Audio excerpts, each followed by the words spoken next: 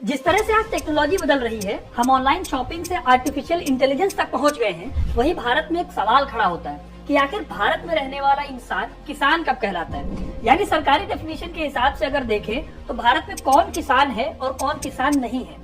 अगर आपसे सवाल किया जाए कि किसान किसे कहते हैं, तो आपके दिमाग में कहीं ना कहीं एक ऐसे इंसान की तस्वीर आएगी जो हर साल फसलें उगाता है, उन फसलों को पानी देता है, सिंचाई, बुआई और फसल को मंडी में ले जाकर बेचने तक का सारा काम करता है, और आपके हिसाब से वही किसान कहा जाता है। अब जो लोग गाय भैंस या फिर पालतू जानवरों की खेती करते हैं और फॉरेस्ट्री करते हैं, उन लोगों को भी आप फार्मर्स कह सकते हैं। लेकिन भारत में कानूनी रूप से किसान वही हो सकता है जो सरकारी डेफिनेशन को मीट करे, क्योंकि इंडिया में कोई कितनी भी खेती, कटाई या फिर बुआई जैसा काम करता हो, लेकिन अगर वो गवर्नमेंट की जो डेफिनेशन है उसमें फिट नहीं होता, तो उसे किसानों के लिए चलाए जाने वाली किसी भी सरकारी सब्सिडी और प्रोग्राम का हिस्सा नहीं बनाया जाएगा। एग्जाम्पल के लिए आप प्रधानमंत्री किसान योजना को देख सकते हैं। Definition of farmer in India वाले सवाल के जवाब में हमारे एग्रीकल्चर मिनिस्टर नरेंद्र सिंह तोमर ने पार्लियामेंट में लिखित में एक जवाब दिया था। उन्होंने कहा था कि एग्रीकल्चर एक ऐसा टॉपिक है जो सेंटर नहीं बल्कि स्टेट लिस्ट के अंदर आता है, जो भारत के संविधान में किसानों के लिए अलग अलग कानून बनाती है, जैसे कि एग्रीकल्चर लैंड कौन खरीद सकता है और उसकी खरीद बिक्री पर कितना टैक्स लगेगा,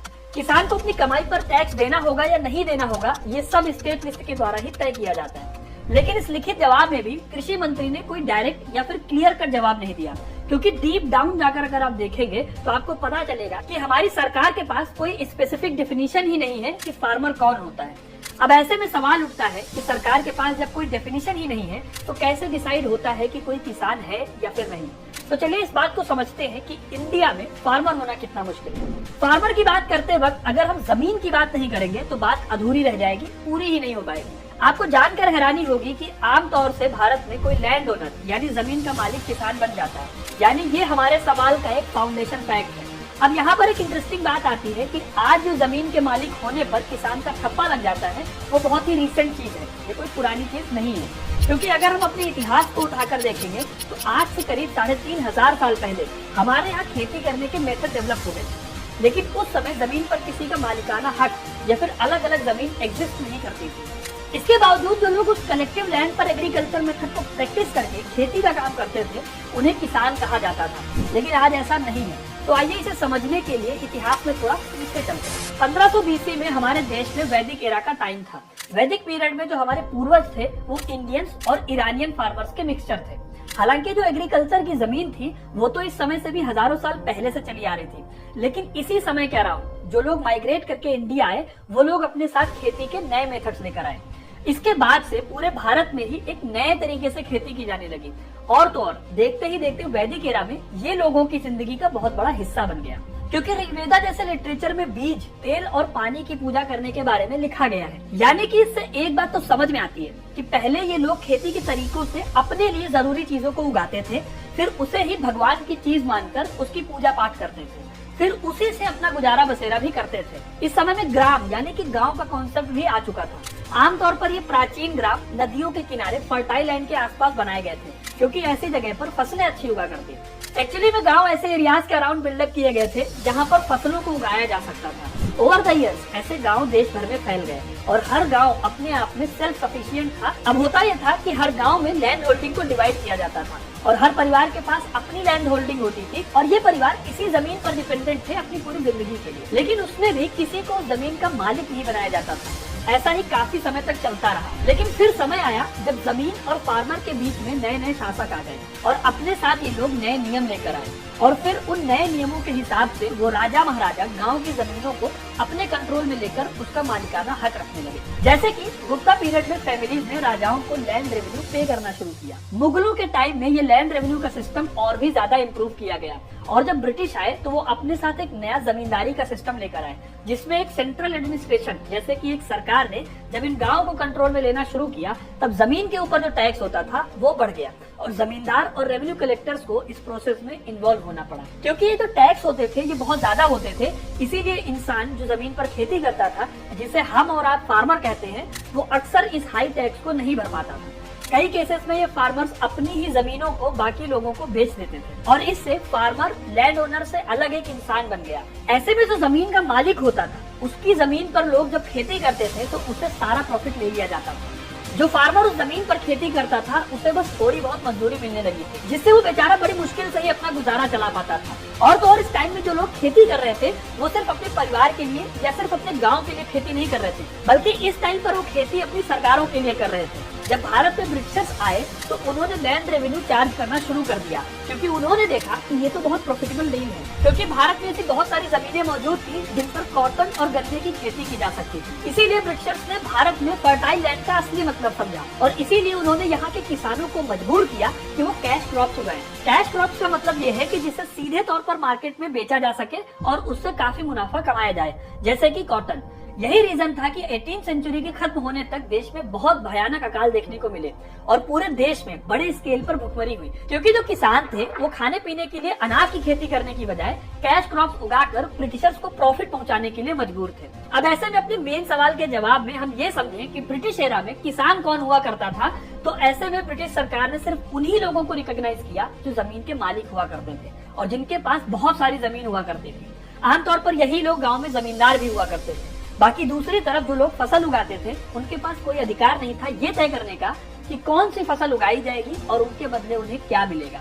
ऐसे लोगों को ब्रिटिश एरा में महज मजदूर के अलावा अलग से कोई रिकॉग्निशन नहीं मिली। इसीलिए आप मोटे तौर पर कह सकते हैं कि ब्रिटिश राज में वही लोग किसान कहलाए जो जमीन के मालिक हुआ करते थे। खैर, ब्रिटिशर्स गए और भारत आजाद हुआ, जिसके बाद आया 1951। इस समय भारत के पास देश को संपूर्ण राष्ट्र बनाने के लिए बहुत सारी चुनौतियां थी, क्योंकि उस समय तक भारत का ना तो कोई ठीक से कानून था, न राज्य था और ना ही कोई जनरल इलेक्शन हुआ करता था। इसके अलावा देश में खाने की भारी कमी थी। अब आप सोच कर देखिए कि उस समय जब भारत एक कृषि प्रधान देश पूरी तरह हुआ करता था, उसके बावजूद भी देश में खाने पीने की चीजों की भारी कमी थी, तो ये समस्या कितनी बनी रही होगी। ऐसा इसलिए था क्योंकि भारत में खेती करने वाले लोग तो बहुत ज्यादा थे, लेकिन उनके पास खेती करने के लिए अपनी जमीन नहीं थी, जिस वजह से खाने पीने के लिए जरूरी अनाज की पैदावार नहीं हो पा रही थी और जमींदार लोग महंगी फसलें उगाकर उससे मोटा मुनाफा कमाने के लिए अपनी जमीनों को बिजी रखा करते थे।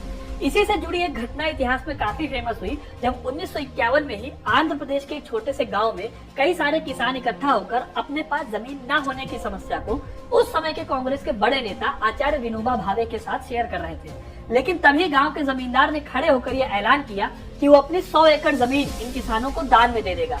ऐसे में आचार्य विनोबा भावे को एक आइडिया आया कि अगर आंध्र प्रदेश के एक छोटे से गांव का किसान अपनी 100 एकड़ जमीन किसानों को दे सकता है, तो भारत में ना जाने कितने ऐसे गांव हैं और कितने ऐसे जमींदार हैं जो अपनी जमीन इन किसानों को दान में देकर इन्हें जमीन का मालिक बना सकते हैं। इससे होगा ये कि इनके पास खेती करने का मालिकाना हक आ जाएगा और ये महज मजदूर से पूरी तरह से किसान भी बन जाएंगे। इसीलिए विनोबा भावे ने देश भर में ट्रेवल करना शुरू किया और जमींदारों से रिक्वेस्ट की कि अपनी जमीन को वो डोनेट कर दें किसानों के लिए।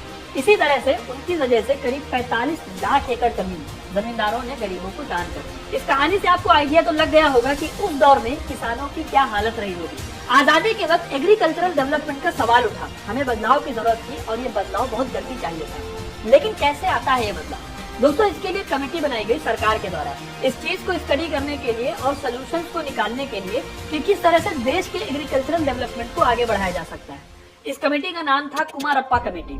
जो सोल्यूशंस इन कमेटी ने सजेस्ट की हैं उसे नाम दिया गया लैंड रिफॉर्म्स। लेकिन यहाँ पर हमें ये भी नहीं भूलना चाहिए कि संविधान में एग्रीकल्चर को स्टेट लिस्ट का सब्जेक्ट माना गया है, यानी ये अलग अलग राज्यों में अलग अलग हो सकता है। इसीलिए इस कमेटी के सजेशंस को अलग अलग राज्यों ने अपने हिसाब से इम्प्लीमेंट किया, जिससे नए रिफॉर्म्स पूरे देश में तो लागू हो गए, लेकिन उनमें कोई सिमिलैरिटी नहीं थी। लेकिन इससे एक चीज जो कॉमन हुई वो ये थी कि सभी राज्यों ने अपने यहाँ पर जमींदारी प्रथा को खत्म करने की शुरुआत कर दी और ऐसा कहा गया कि नए कानून में ये प्रस्तावित है कि जो भी गरीब किसान जमींदारों की जमीन पर कई सालों से खेती करते आ रहे हैं, वो जमीन उन किसानों की हो जाएगी। और तो और उन गरीब किसानों की सिक्योरिटी के लिए भी कई सारे सरकारी इंतजाम किए गए। इसके अलावा ये भी प्रावधान था कि अगर कोई किसान किसी जमीन का मालिक नहीं भी है तो भी उसे ये राइट्स दिए जाएंगे कि अगले 10 से 15 साल के लिए वो अपनी मर्जी से उस जमीन पर खेती कर सकता है और उसके लिए वो जमींदार को प्रॉफिट बनाकर नहीं देगा।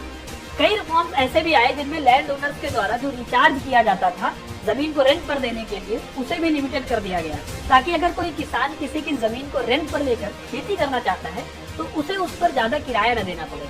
और तो और नए रिफॉर्म्स में ये भी शामिल किया गया कि कोई एक व्यक्ति मैक्सिमम कितनी जमीन का मालिक हो सकता है। ऐसे में अगर कोई उस लिमिट के बियॉन्ड जाकर भी एक्स्ट्रा जमीन पर हक जताता है तो उससे उसकी बाकी की जमीन सरकार ले लेगी और उसे गरीब किसानों में बांट देगी।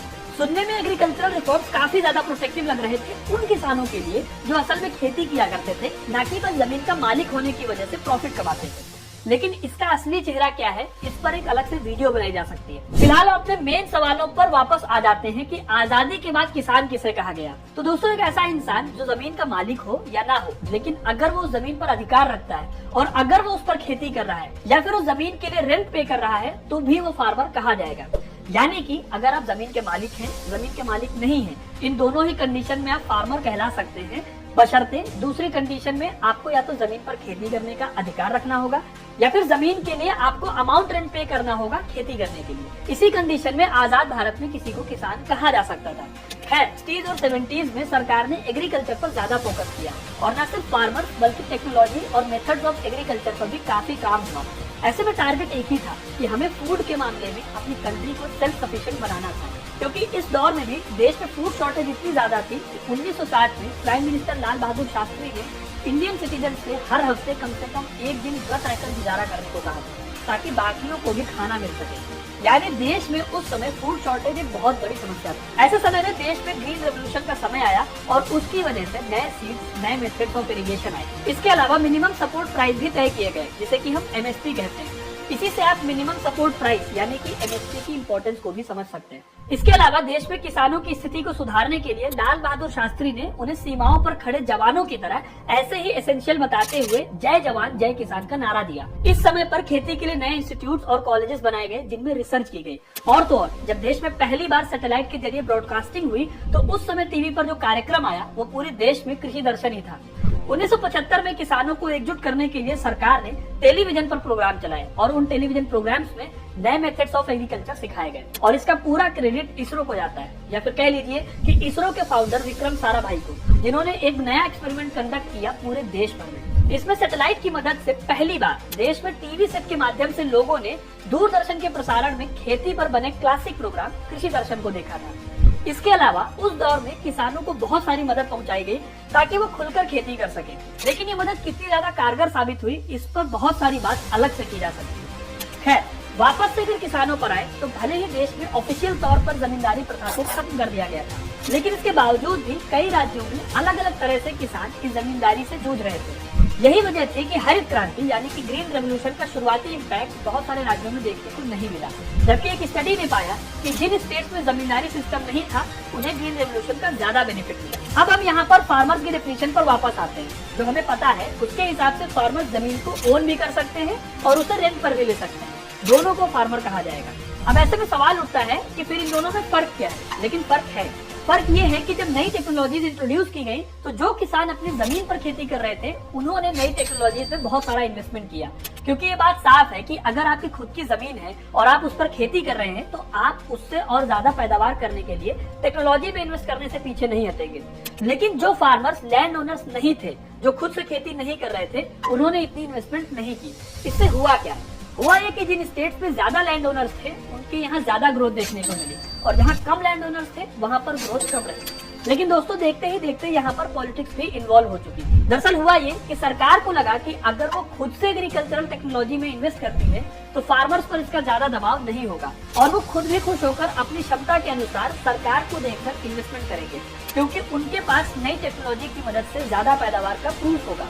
शुरुआत में सरकार इरिगेशन, सीड्स और ह्यूज मशीनरी में इन्वेस्टमेंट के बारे में सोच रही थी, लेकिन उसके बाद सरकार ने ऐसे एरियाज में भी इन्वेस्ट किया जहां से सरकार खुद प्रॉफिट ले पाए। तो ऐसे में कमर्शियल फार्मर्स जो कैश क्रॉप्स उगाते थे उनकी बड़ी ग्रोथ थी और जो फार्मर्स छोटे खेतों में थे, गांव में थे, उनके लिए पॉलिटिकल कनेक्शंस इतने अच्छे नहीं थे, वो लूज आउट कर गए, क्योंकि सरकार की तरफ से जो टेक्नोलॉजिकल सपोर्ट दी जा रही थी वो आमतौर से उन्हीं किसानों तक लिमिटेड रह गई जो सरकार को उसके बदले में ज्यादा फायदा दे रहे थे। ऐसे में माहौल ये हो गया कि जो लोग खेती करते थे उन्हें फार्मर्स तो कहा जाता था, लेकिन जिन किसानों के पास उनकी खुद की जमीन नहीं थी और साथ ही जिनका कोई बढ़िया पॉलिटिकल कनेक्शन नहीं था, वो किसान होने के साथ साथ किसान होने का डिसएडवांटेज भी झेलने लगे और पॉलिटिक्स ने फिर से देश के किसानों को डिवाइड कर दिया।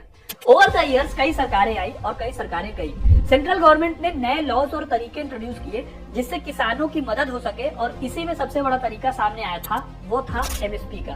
MSP यानी मिनिमम सपोर्ट प्राइस, जो कि एक फिक्स प्राइस था जिसे एक सरकारी बॉडी जिसका नाम था commission for agricultural cost and prices वो डिसाइड करती थी। ये डिसाइड करती थी कि क्रॉप का प्राइस क्या होगा।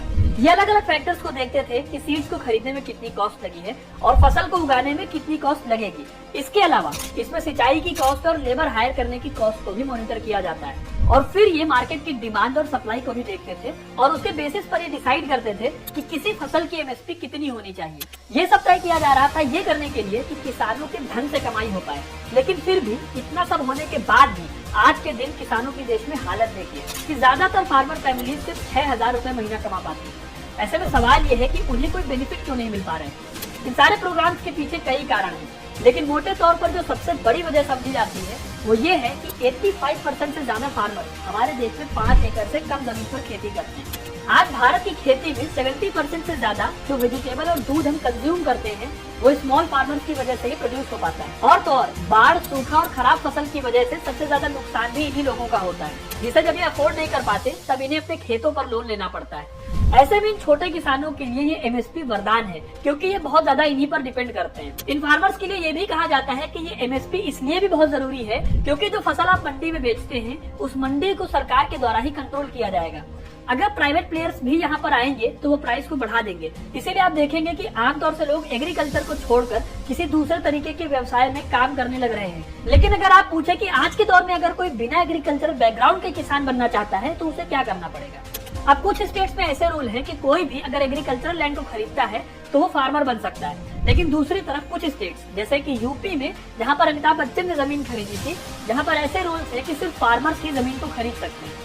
इसके अलावा दूसरा तरीका ये है कि आपके पेरेंट्स या फिर ग्रैंड पेरेंट्स अगर फार्मर्स हैं तो आप एक किसान बनने के लिए क्वालिफाई कर सकते हो। और तो और अगर आप देश में कोई भी एग्रीकल्चरल लैंड को ओन करते हैं तो भी आप फार्मर बन सकते हैं।